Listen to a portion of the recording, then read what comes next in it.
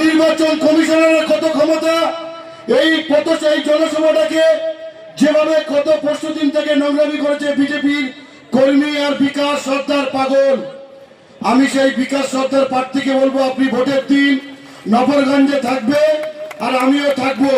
বিজেপির কত ক্ষমতা, তৃণমূল কংগ্রেসের কত ক্ষমতা, 29 তারিখ সকাল 7টা থেকে বিকেল 5টা পর্যন্ত দেখা হবে আপনার সঙ্গে, বিজেপির সঙ্গে তৃণমূল কংগ্রেসের খেলা হবে। রাজি? রাজি? কথা দিচ্ছে তো?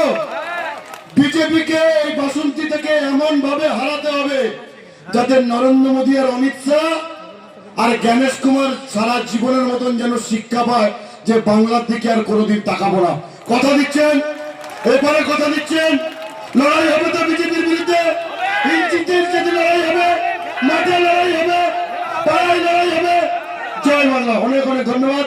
এরপরে যার বক্তব্য শোনার জন্য আমরা বসে আছি, সম্মানীয় আমাদের প্রিয় সংসদ। আপনারা শুধু বাংলার মানুষের জন্য আন্দোলন করে না, আপনারা দেখেছেন উত্তরপ্রদেশ মহা